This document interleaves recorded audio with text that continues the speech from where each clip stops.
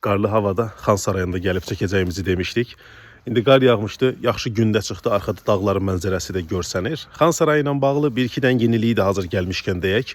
Yerlilərin saraya girişi 2 manatdır, xaricilər 15 manatdır və əgər bilet alıb Xan Sarayına girirsinizsə, yanınızda bir nəfər adam gəlir. O amma sizə məlumat vermir, o sadəcə nəzarət eləyir. Əgər istəyirsinizsə, sizlə kimsə gəlsin, bələdçi olaraq sizə məlumat versin detallarla bağlı, onun üçün əlavə həm istəsəz Azərbaycan dilində, istəsəz xarici, rus, ingilis ya da başqa dillərdə bələdçi götürməlisiniz. Yəni deməyin ki, bilet alıb girdik, heç kim məlumat vermədi, bununla bağlı yazanlar olur.